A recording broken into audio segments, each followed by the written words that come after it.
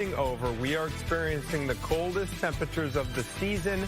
They are here. Mike is tracking just how low we will go. Plus, a major winter storm has the potential to make history, slamming much of the U.S. with ice and heavy snow. Will any of it reach our area? And a breaking development, the investigation into the shooting of an Indiana judge and his wife. We will tell you about the new arrest just announced. So glad you're joining us on this Friday morning. A lot going on. I'm Natalie Baumke. I'm Anthony Ponce. Indeed, we made it to Friday, but it is a frigid start.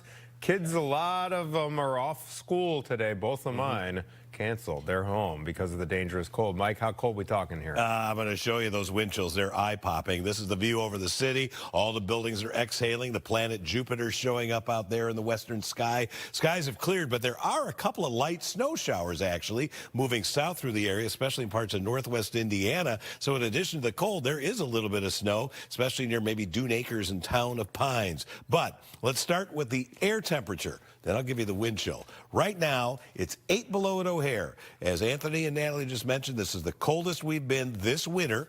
5 below at Midway, zeros at Gary and Valparaiso, but look here north, Woodstock and Waukegan. That's not the wind chill. 10 below. Okay, Mike, show us the wind chill. There you go. Lots of 30 below zeros or worse, including at O'Hare, Aurora, Woodstock, DeKalb, and Rockford. Your wind chills are generally in the minus 20s in northwest Indiana, and they will not improve much at all today and only marginally less harsh tomorrow. And there's a plowable snow coming in this weekend. More on that in a little bit. But right now, let's see what impact this cold is having on your commute this morning. Natalie. Well, if you can get your car to start, the roads look great. You have no travel impediments this morning. No snow, no ice on any of those roadways. They are dry at this point in time. You can see travel times looking great. Not seeing any incidents on any of your major freeways. Do want to mention that Metra and the South Shoreline are working on that weekend schedule. So make sure you check your app so that you can catch the train that works for you and you don't have to stand out in the cold if you do need to travel today. Let's go through those travel times on the Kennedy, O'Hare to downtown, 25 minutes.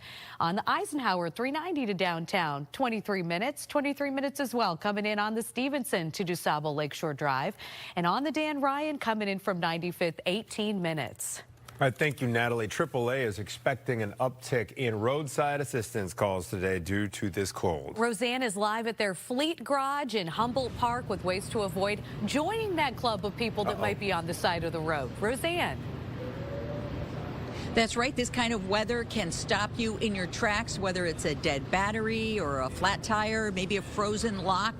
You really don't want that happening to you. We're at the Fleet Garage, as you mentioned, talking to Beth Mosier, the spokesperson, about simple steps you can take. I guess the first, if you're heading the road today, you want to hit the gas station. Yeah, make sure that you have at least a quarter tank so that if something happens, you do get stranded, you have that gas to keep the engine running and keep you warm. Right. Air in the tires, another big problem that will, you'll be sending a lot of trucks out for that. We're going to send a lot of trucks out, unfortunately, for, yes, for tire changes, but also for dead batteries, for lockouts, and for people who just need gas. Okay. And so, if you do end up on the side of the road in that club, this is what you ought to have with you. We're going to talk about your roadside emergency kit. Tell us what are the critical components. First and foremost, you need to have plenty of warm gear in your car. So if you do get stranded, you have things to keep you warm. Not pictured here, but also a cell phone. A charged cell phone is really important so you can call for help.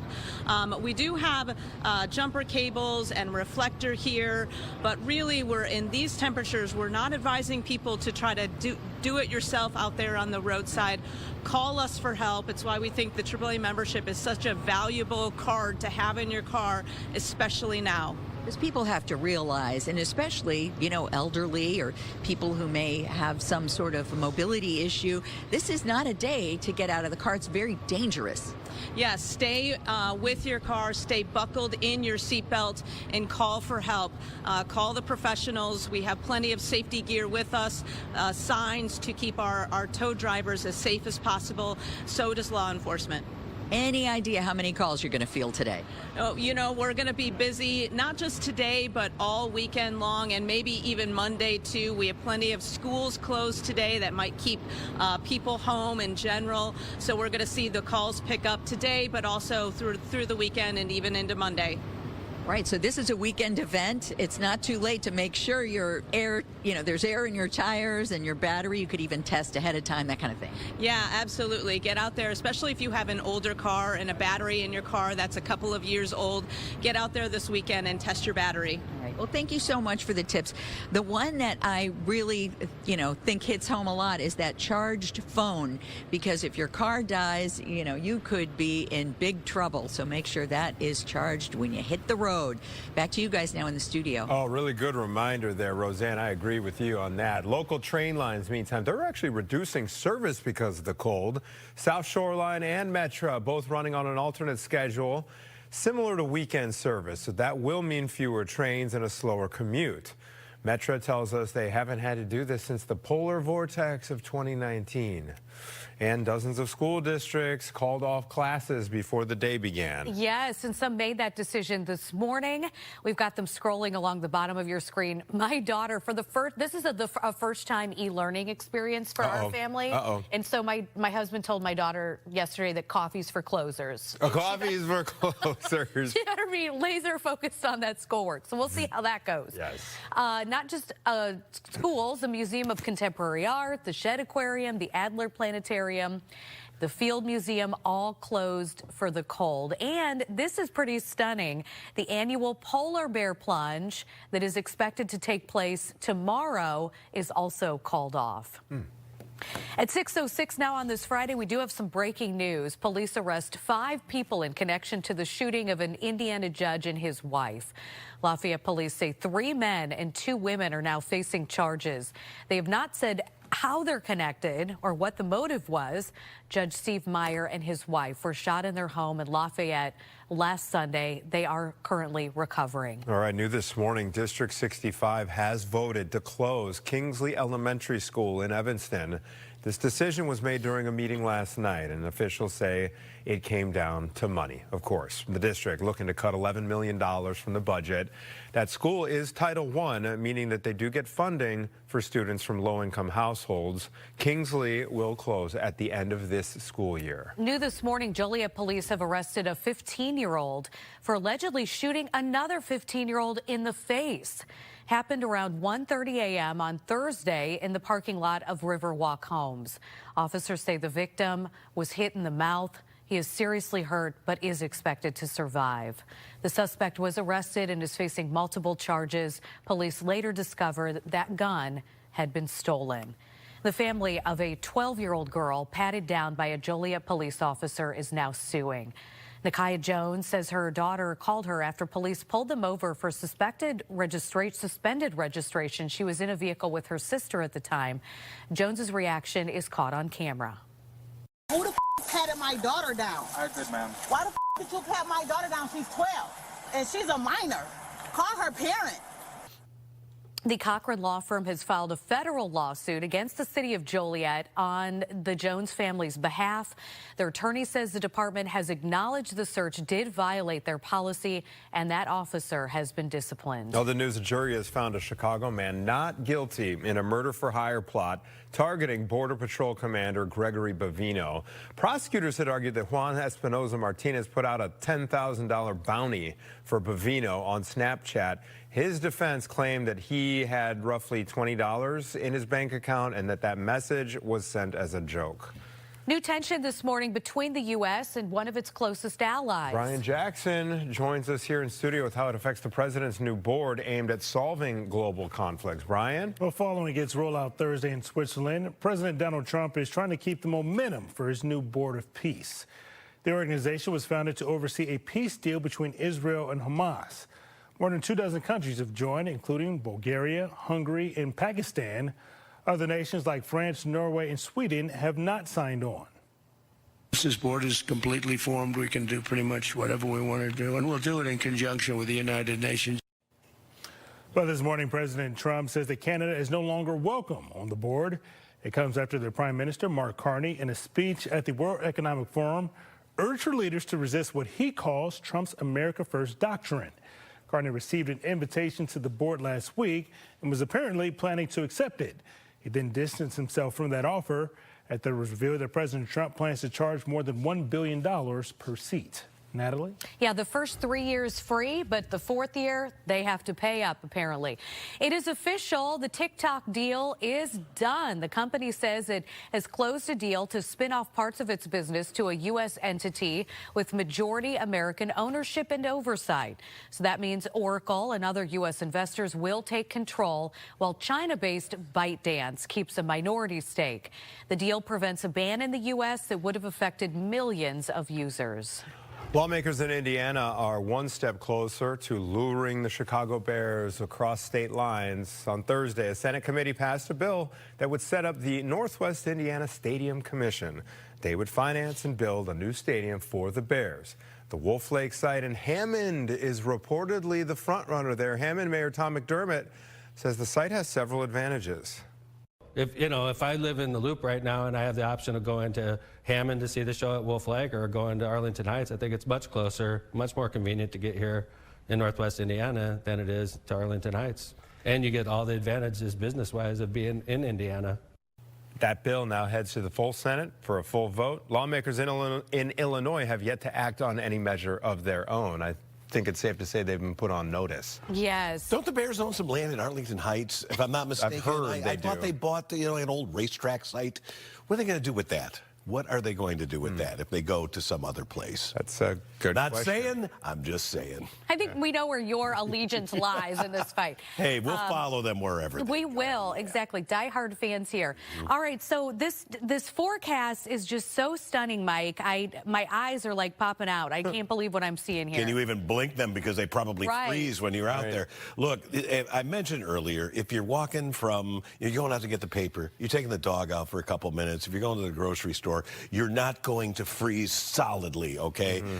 It's just if you're prolonged exposure, that is where this becomes dangerous. Make sure you cover all of your skin if you're out there for more than just, a couple of minutes. This is going to be a prolonged period of extreme cold. These are the temperatures I expect for the rest of the day. At 9, it'll be 9 below zero in the city. 4 below at noon with, at that time, wind chills 20 to 25 below zero and getting no better through the day or at night. Some sun throughout the day, but frigid at 4 o'clock, 2 degrees below zero. 8 degrees below zero at O'Hare right now. It's coldest we've been all winter. Northwest winds are blowing at 19, so the wind chill 32 below zero. Weather Service definitely did the right thing issuing that extreme cold warning for Chicagoland. And when it expires at noon, it'll be a cold weather advisory until noon tomorrow. These are the actual air temperatures. Somehow you're still hanging on to near zero in Northwest Indiana, 1 below at Valparaiso. But on the Illinois side, wow, temperatures tanking. 11 below at Woodstock, DeKalb, Waukegan, 10 below. That's not the wind chill, that's the temperature. Winds gusting most places between 15 and 25 miles per hour. Looks like Midway and O'Hare, a couple of the strongest gusts. Consequently, look at these wind chills. Northwest of downtown, that's where the minus 30s and worse are located. Minus 20 to 25 below zero pretty much everywhere else. There's snow coming. I'll tell you when and how much in a little bit. Okay. Thank you, Mike. We'll check back in. 6:13 today. First, in the fight for peace between Russia and Ukraine, we have a preview of their meeting with the U.S. Stay with us. Fox 32 News is brought to you.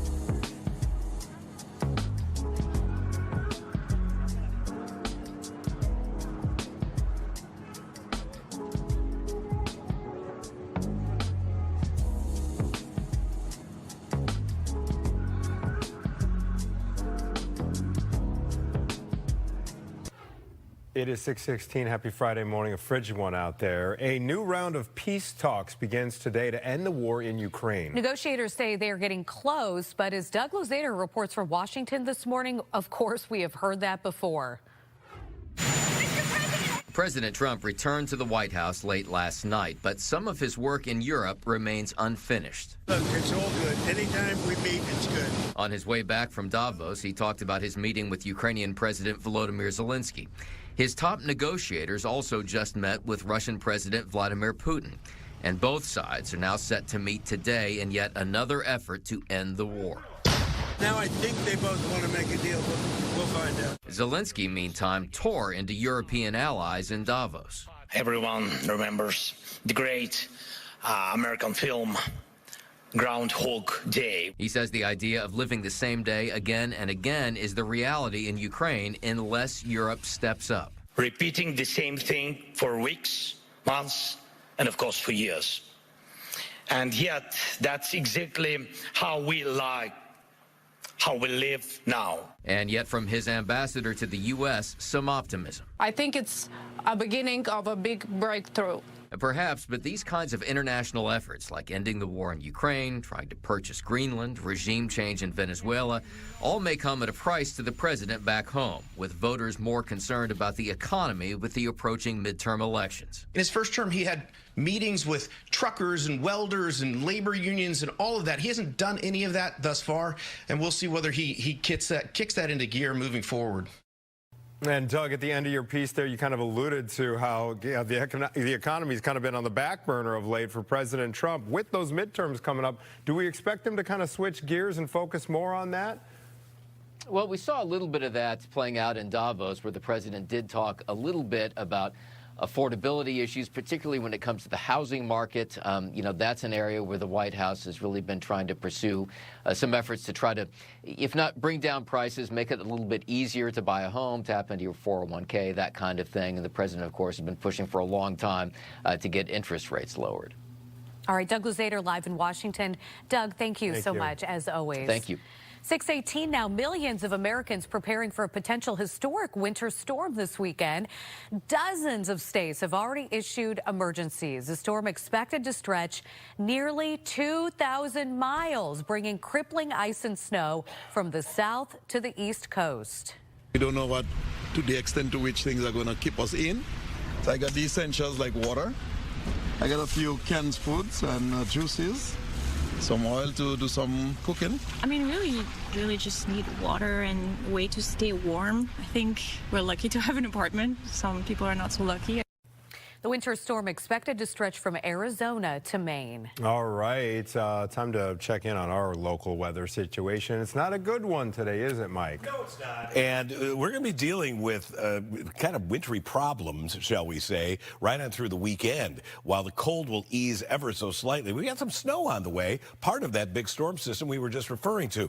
Now, there are some very light snow showers or a couple of flurries falling out there currently. This is a look at the radar view, and where you can see these shades of blue that are actually moving. That's where we have just a little bit of snow. Looks like the greatest concentration of it here is just coming off the lake into northwest Indiana, actually.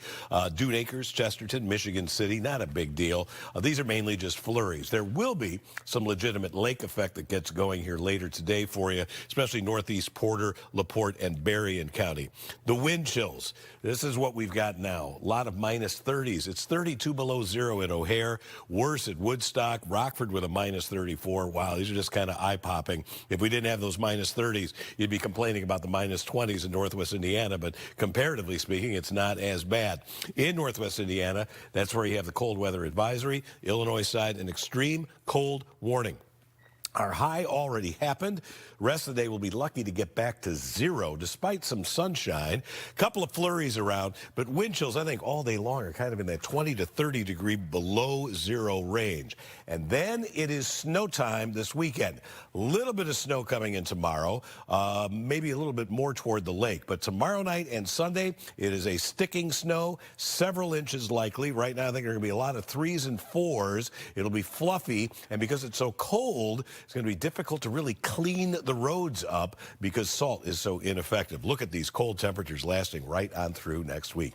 All right, let's take a ride over to Natalie Bomke for a traffic update. So far, the times have been pretty good. Wonderful. And I noticed when I was coming in earlier this morning, the roads were very bare. A lot of people heeding the warning and staying home today. If you are taking Metra in, they are operating on that weekend schedule. However, some of the trains are running behind schedule. I don't want you to be caught off guard by that if you're standing in the cold, specifically Union Pacific Northwest running behind because of some operational issues. So make sure you check that Ventra app before you get to your train station and stand out in the cold. I also wanted to check the airports because I wanted to see how the cold was impacting them. Looks like right now at O'Hare, we have 39 total cancellations, 9 at Midway, and you can see all of your travel times on those major interstates are just fabulous coming into the city today. So hopefully that works in your favor. Nice and green. All right. Yeah, you're right. If you can get that car started in the first place, right? Okay, 621. Believe it or not, these extreme temperatures can cause trees to explode. We will explain the science behind this phenomenon coming up. Your one-stop shop for fishing returns with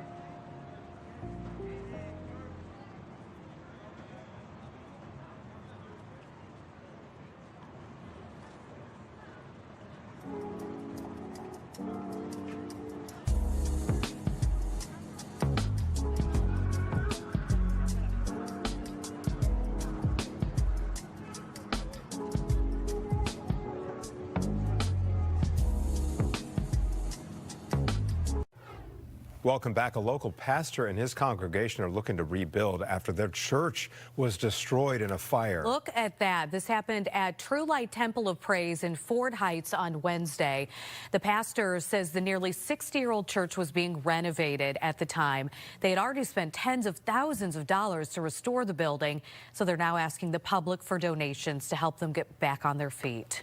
I said it before, my heart is in my stomach, you know, to see that my building is not here, or I just can't go turn the key any time of the day to walk in to go clean up. I spend a lot of time in this church, you know, times when I wasn't even at home doing nothing, I was here, you know, so to not be able to do that is really hurtful. It's like it's still unbelievable to me right now. Still unbelievable, and I'm looking at it. The cause of the fire is under investigation. We do have information on how to donate on fox32chicago.com. All right, an update to Bally's Casino. They are going to be filing a request to extend its temporary gambling license in River North. Now, they were supposed to open the permanent location this fall, Bally's has been operating at the former Medina Temple, though, since September of 2023. The lease there expires this September, so now State Rep Cam Buckner has filed a bill that would extend Bally's temporary license for another year. Alderman Brian Hopkins didn't mince words at City Hall. He feels the project was a mistake, and he has questions about why this new delay is now happening. I don't have a lot of confidence that they will open on time, but they're saying now they think they can, and they're also saying they have additional capital that they're going to infuse, even though they're struggling elsewhere. Again, on behalf of Chicago, I have to hope that they're telling us the truth, but all indications are this company was absolutely the worst choice we could have made. We have reached out to Bally's, Representative Buckner, and the Illinois Gaming Board for comment as well. We have not heard back just yet. Chicago Restaurant Week officially kicks off today. Thursday night was the first Bites Bash. The celebration brings together dozens of restaurants to preview their special menus. More than 550 restaurants are participating this year. That is the most ever. This is the city's 19th Restaurant Week. It runs until February 8th. New this morning, Amazon is expected to lay off thousands of workers in the coming days. This is according to Business Insider. The company is reportedly looking to cut nearly 16,000 jobs. This would mark Amazon's second major round of layoffs just since October.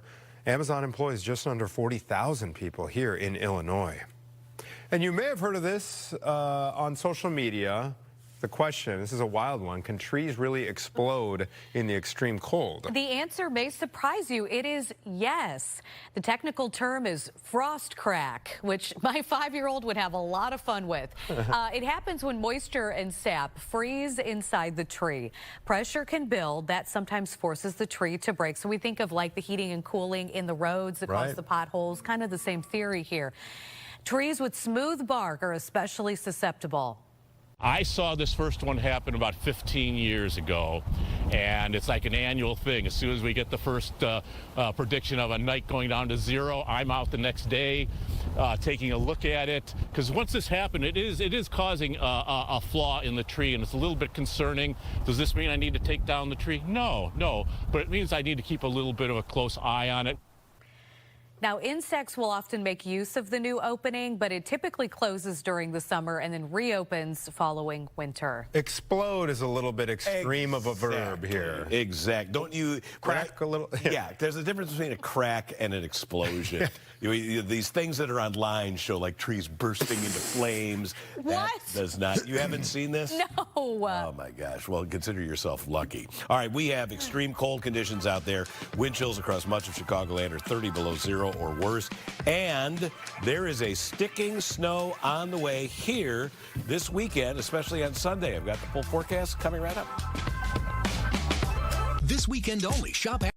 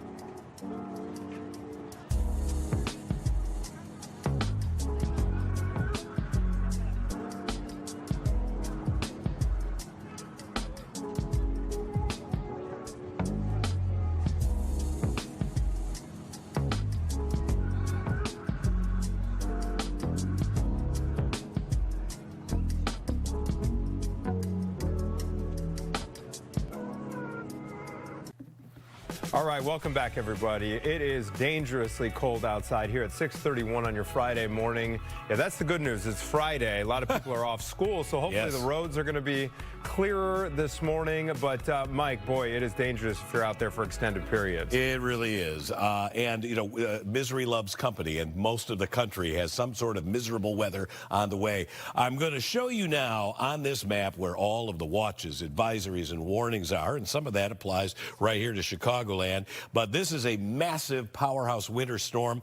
Winter storm warnings in pink all the way from New Mexico, the upper Ohio Valley, and it covers a big portion of Illinois and Indiana as well. You can see it in the Tennessee Valley. Locally, what we have is an extreme cold warning for Chicagoland until noon today. That will be replaced with a cold weather advisory. That lasts until noon tomorrow. Then, on top of the cold, we've got snow. A little bit of snow tomorrow. Most of the snow starts coming in here tomorrow night and Sunday, and I'm expecting several inches of accumulation on Sunday. It's going to be that really fine, powdery stuff, and with temperatures this cold, that salt is going to do very little good on the roadways, so it may still be sloppy out there even on Monday morning. Temperatures way below normal through next week. Natalie, how about the commute? At least, you know, not doing too bad out there this morning. No, you know what? The roadways are fabulous because I think people are heeding the warning and actually staying home. So good for them. That is great. You see those travel times are all in the green, below expected travel times. I am seeing some delays at both of the airports, though. I assume temperature related. So we've got 39 cancellations at O'Hare, 9 at Midway. If you've got a flight out, double check that.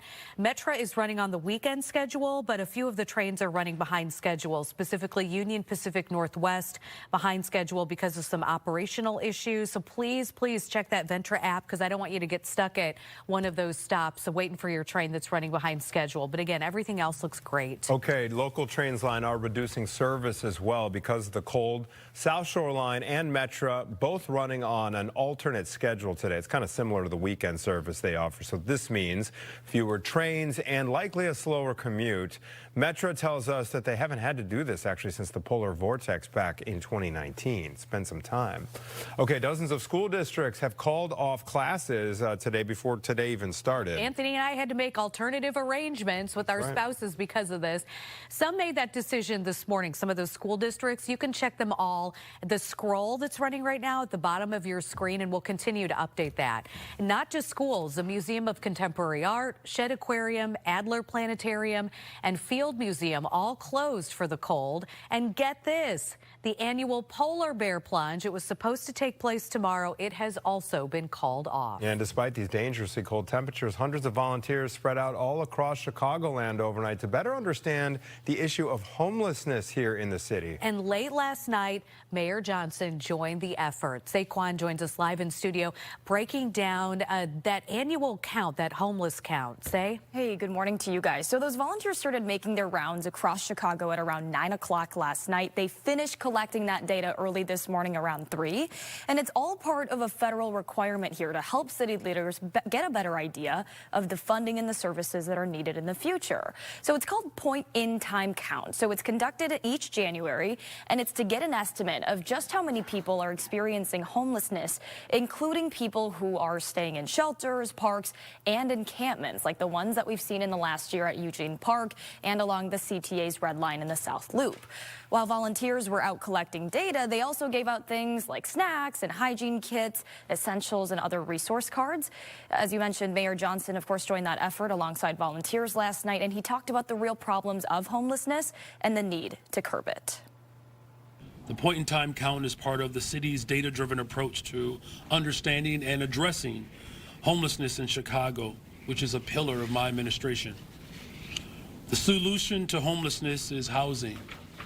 My administration is working hard to find effective and long-term solutions to keep people in their homes, increase our stock in affordable homes, and house those who are currently in shelters or unsheltered locations. Data from the city shows last year just over 7,400 people were experiencing homelessness in Chicago. Out of that number, a little over 6,100 people were living in shelters and about 1,300 were living on the streets or somewhere unsheltered. The city says higher costs after the pandemic have made it harder for people to actually afford housing. The city officials say the numbers from the point and count effort will be used to, again, better allocate services and funding for people who are unhoused. Those results will be released sometime this year. Natalie. Okay, thank you, Say. We do have some breaking news. Police arrest 5 people in connection to the shooting of an Indiana judge and his wife. Lafayette police say 3 men and 2 women are facing charges. They have not said how they're connected, what the motive was. Judge Stephen Meyer and his wife were shot in their home in Lafayette last Sunday. They are expected to recover. New this morning, District 65, this is Evanston, has voted to close Kingsley Elementary School. This decision, difficult one, was made during a meeting last night. Officials say it comes down to money. The district looking to cut $11 million from its budget. The school is a Title I school, meaning they do get funding for students from low-income households. Kingsley will close at the end of this school year. New this morning, Joliet police have arrested a 15-year-old for allegedly shooting another 15-year-old in the face. It happened around 1:30 a.m. on Thursday in the parking lot of Riverwalk Homes. Officers say the victim was hit in the mouth. He is seriously hurt. He is expected to survive. The suspect was arrested and is facing multiple charges. Police later discovered the gun that was used had been stolen. New tension this morning between the U.S. and one of its closest allies. Ryan Jackson joins us here in studio with how it affects the president's new board, which is aimed at solving global conflicts. Brian? Well, following its rollout Thursday in Switzerland, President Donald Trump is trying to keep the momentum going for his new Board of Peace. That organization was founded to oversee a peace deal between Israel and Hamas. More than 24 countries have joined, including Bulgaria, Hungary, and Pakistan. Other nations like France, Norway, and Sweden have not signed on. Once this board is completely formed, we can do pretty much whatever we want to do, and we'll do it in conjunction with the United Nations. But this morning, President Trump says that Canada is no longer welcome on the board. It comes after the Prime Minister, Mark Carney, in a speech at the World Economic Forum, urged for leaders to resist what he calls Trump's American First doctrine. Carney received an invitation to the board last week and apparently was planning to accept it. He has since distanced himself from the offer after it was revealed that each seat comes with a $1 billion price tag. Natalie? Brian, it is official. The TikTok deal is done. Company says it has closed a deal to spin off parts of its business to a U.S. entity with majority American ownership and oversight. That means Oracle and other U.S. investors will take control, while China-based ByteDance keeps a minority stake. The deal prevents a ban in the U.S. that would have affected millions of users. Lawmakers in Indiana, they are one step closer to luring the Chicago Bears across the state line. On Thursday, a Senate committee in Indianapolis passed a bill that would set up a Northwest Indiana Stadium Commission, and they would finance and build a new stadium for the Bears in Northwest Indiana. It's a site right near Wolf Lake in Hammond. Reportedly, this is the front runner in terms of location here. Hammond Mayor Tom McDermott says the site has several advantages. For the Bears as a business, it gives them all the advantages of being an Indiana business, you know, lower liability rates for your employees. I mean, obviously a better business environment in general. We have a surplus as a state, so I imagine our state would be able to offer more than Illinois is willing to offer, because it seems like Illinois is sort of digging in against the Bears, which is shocking to me. I mean, in the Bears fight song, it's the pride of Illinois, and it doesn't seem like they're being treated like the pride of Illinois right now. All right, this bill now heads to the Senate for a full vote. Lawmakers in Illinois have yet to act on any measure of their own, but I wonder if this will be the motivation they need to do just that. We'll see, but I mean, look at the finances of Illinois versus Indiana. They're a little better in Indiana, some might say. So I don't know. We'll see, though. I mean, the legislature is meeting right now, so we'll pressure's see how it on. pans out, right. I have the following prediction. I predict the Bears will be playing at Soldier Field next year. Yeah. Just saying that. They have a few more years on that lease. So, like the case. All right, we have such cold weather. Thank goodness they were. I mean, it was bad enough last week. Can you imagine they were playing? Oh, boy. This week? No. Wow. Okay, so we have very, very cold conditions out there. These are the temperatures. This isn't the wind chill. I got that map coming up for you. It's 8 below right now at O'Hare, 13 below in Woodstock, 11 below at Waukegan and DeKalb. A few spots in Northwest Indiana finally getting below zero.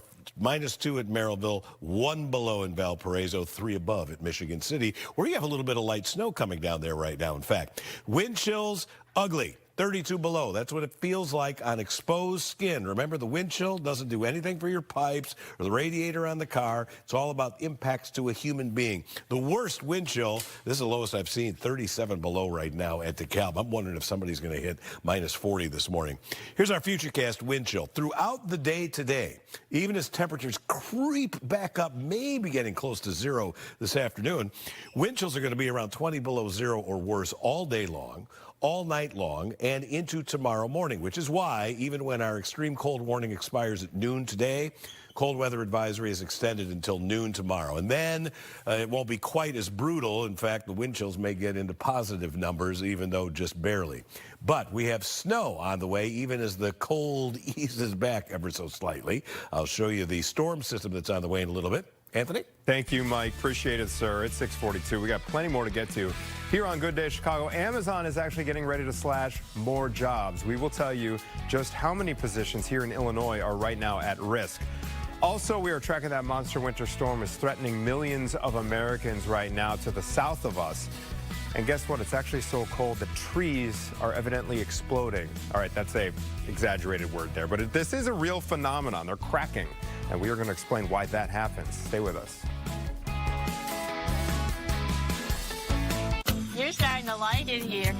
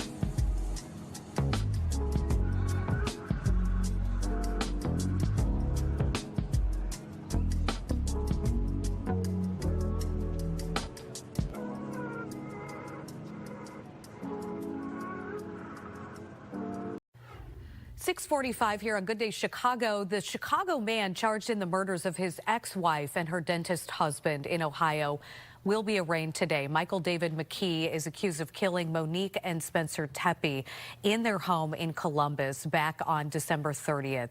McKee was arrested in Rockford, where he is a surgeon. House lawmakers have passed a spending package bringing Congress one step closer to meeting the funding deadline that hits at the end of the month. Now, this package throws out the deepest spending cuts proposed by the president, which would have affected both the CDC and the NIH. Also leaves out his request for an additional $840 million for ICE. The legislation has to pass the Senate and be signed by Trump in order to avoid another government shutdown. That would go into effect next Friday. We will keep you posted. Education leaders in Columbia Heights, Minnesota are raising the alarm after 4 children, including a 5-year-old boy, were detained by ICE. Witnesses say that Liam Ramos was taken into custody along with his dad in their driveway after he arrived home from preschool on Tuesday. Federal agents are accused of trying to use Liam as bait to get to his mom, who was inside the home, to let them in. Meantime, Minnesota labor unions and progressive organizations are urging people to stay home from work, stay home from school and stores today, not because of the weather, but to protest immigration enforcement. Comes 2 weeks after an ICE agent shot and killed Renee Good in Minneapolis. Homeland Security saying that she tried to ram that officer with her vehicle. This is the largest coordinated protest action in the state yet and includes a march in downtown Minneapolis despite dangerously cold temperatures. Millions of Americans preparing for a potential historic winter storm this weekend. Dozens of states have already issued emergencies. The storm expected to bring crippling ice and snow across nearly 2,000 miles. Many grocery stores are already empty. Don't know what to the extent to which things are going to keep us in. So I got the essentials like water. I got a few canned foods and juices. Some oil to do some cooking. I mean, really just need water and way to stay warm. I think we're lucky to have an apartment. Some people are not so lucky. The winter storm expected to stretch from Arizona to Maine. Illinois Amazon workers, they are bracing for another major round of layoffs, really. We're going to tell you how many jobs may be on the chopping block when we come back. Villanova takes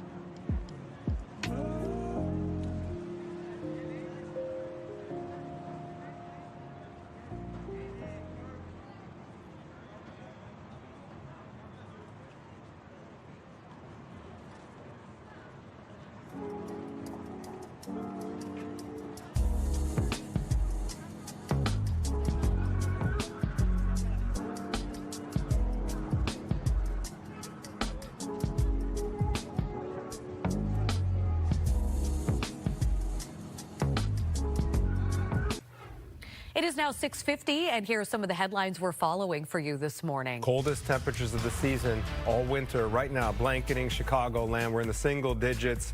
That doesn't include wind chill there. Wind chill taking us well below zero. ComEd says its staff right now on standby to help out with any power outages. And FYI, both the South Shore and Metro trains are operating on reduced schedules. Police have arrested 5 people in connection to the shooting of an Indiana judge and his wife. Lafayette police say 3 men and 2 women are facing charges. Judge Stephen Meyer and his wife were shot in their home at Lafayette last Sunday. They are recovering. President Donald Trump has revoked Canada's invitation to be a part of his new Board of Peace. This move comes after Prime Minister Mark Carney, in a speech at the World Economic Forum, urged leaders to resist what he calls Trump's America First doctrine. A local pastor and his congregation are looking to rebuild here locally after their church was destroyed in a fire. It happened at True Light Temple of Praise in Fort Heights on Wednesday. The pastor says the nearly 60-year-old church was being renovated at the time. They'd already spent tens of thousands of dollars to restore the building, and they're now asking the public for donations to help get them back on their feet. I said it before, my heart is in my stomach, you know, to see that my building is not here, or I just can't go turn the key any time of the day to walk in to go clean up. I spend a lot of time in this church, you know, times when I wasn't even at home doing nothing, I was here, you know, so to not be able to do that is really hurtful. It's like it's still unbelievable to me right now. Still unbelievable, and I'm looking at it. The cause of the fire is under investigation. We do have information on how to donate on fox32chicago.com. Bally's is going to be filing a request to extend its temporary gambling license in River North at their current location. They were supposed to open a permanent casino this fall, a few blocks west, but that's been delayed. Bally's has been operating in the meantime at the former Medina Temple since September of 2023. The lease there expires this September. Now, State Rep Cam Buckner has filed a bill that would extend Bally's temporary license for another year.